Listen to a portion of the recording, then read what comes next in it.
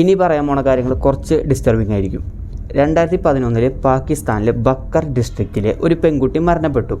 ഇസ്ലാം ആചാരപ്രകാരമുള്ള എല്ലാവിധ കാര്യങ്ങളും ചെയ്തിട്ട് ഈ പെൺകുട്ടിനെ കുഴിച്ചിട്ടു. അന്നേ ദിവസം ആ പരിപാടിക്ക് പങ്കെടുക്കാൻ പറ്റാത്ത ആൾക്കാർ പിറ്റേ ദിവസം വന്നപ്പോഴാണ് ഒരു കാര്യം മനസ്സിലായത്. പെൺകുട്ടിയുടെ മൃതദേഹം ആ കുഴിയിലില്ല. അത് ആരോ കുഴിയിൽ നിന്ന് കൊണ്ടുപോയിരിക്കുന്നു.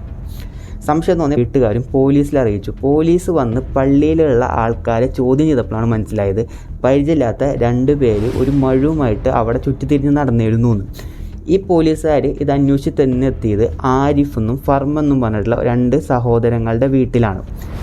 പോലീസുകാർ വീട് ചെക്ക് ചെയ്ത് അടുക്കളയിൽ കയറിയപ്പോഴാണ് ഒരു പാത്രത്തിൽ കുറച്ച് കറി വലിയ കത്തിയൊക്കെ ഇരിക്കണം കണ്ടത്. കൂടുതൽ ചെക്ക് ചെയ്തപ്പോഴാണ് ആരിഫിൻ്റെ കട്ടിലിൻ്റെ അടിയിൽ നിന്ന് ഒരു ചാക്ക് കിട്ടുകയും ചാക്കിൻ്റെ ഉള്ളിൽ നിന്ന് ഈ പെൺകുട്ടിയുടെ മൃതദേഹം ഒരു കാലില്ലാണ്ട് കിട്ടി. ആരിഫിനോട് ചോദിച്ചപ്പോൾ ആരിഫ് വളരെ കൂളായിട്ട് പറഞ്ഞു, ഞങ്ങൾ ആ കാല് വെട്ടി കറി ഉണ്ടാക്കി, ആ കറിയുടെ ബാക്കിയാണ് ഇപ്പോൾ സാറ് അടുക്കളയിൽ കണ്ടതെന്ന്. പോലീസ് ഇത് കേസാക്കി കോടതി കൊണ്ടപ്പോൾ കോടതി പറഞ്ഞു കാനിബലിസം, ഇവർ കാനിബൽസാണ് എന്ന്. അതായത് ഇവർ മൃതദേഹം കഴിച്ചിട്ടുണ്ടെന്ന് എന്നതിന് തെളിവില്ല. അതുമാത്രമല്ല കാനിബലിസത്തിന് എതിരെ നമ്മുടെ നിയമങ്ങളുമില്ല.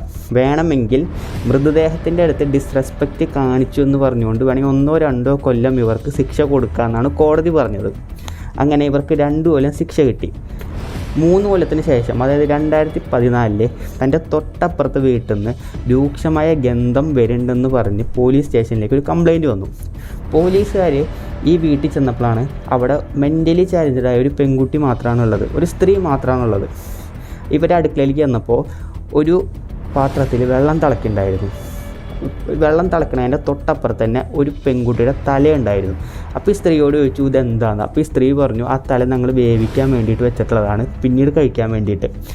കുറച്ച് മെൻ്റലി ചാലഞ്ചറായ കുട്ടിയോട് കുറച്ചു വേറെ ആരും വീട്ടിലില്ലെന്ന്. ഉണ്ട്, എനിക്ക് 2 സഹോദരങ്ങളുണ്ട്. അപ്പോൾ അവരെ വിളിച്ചു വരുത്തിയപ്പോഴാണ് പോലീസിന് മനസ്സിലായത് നമ്മുടെ പഴയ ആരിഫും ഫർമനും ആണെന്ന്. വീണ്ടും കേസ് കോടതിയിലേക്ക് എത്തി. കോടതി പറഞ്ഞു നമുക്ക് ഇത് ഒരു കമ്മ്യൂണിറ്റി റിലേറ്റഡ് പ്രശ്നമായതുകൊണ്ട്, അത് മൃതദേഹങ്ങൾ ഈ കുഴിയിൽ നിന്ന് എടുക്കുന്നത് കൊണ്ട് ഇവർക്ക് ഓൾമോസ്റ്റ് ഒരു 12 കൊല്ലത്തേക്ക് നമുക്ക് ശിക്ഷ കൊടുക്കാമെന്ന് പറഞ്ഞു. 2 പേർക്കും 12 കൊല്ലം ശിക്ഷ കിട്ടി.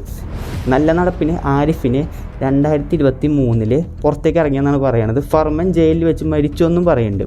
പക്ഷേ ഇത് 2 കാര്യത്തിലും നമ്മുടെ എവിഡൻസും കാര്യങ്ങളൊന്നുമില്ല, അതെവിടെ റിപ്പോർട്ട് ചെയ്തിട്ടുമില്ല.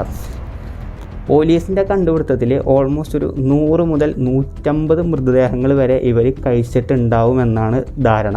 അതിനും നമുക്ക് തെളിവുകളില്ല, ചിലപ്പോൾ ഇതിനും കൂടുതലായിരിക്കും. അതുമാത്രമല്ല ആരിഫ് ചിലപ്പോൾ നമ്മുടെ ഇടയിൽ ഇപ്പോഴും ഉണ്ടാവും, ഇപ്പോഴും മൃതദേഹങ്ങൾ അടിച്ചു മാറ്റിക്കൊണ്ട് ആൾ ഭക്ഷിക്കണമുണ്ടാവും. എന്തായാലും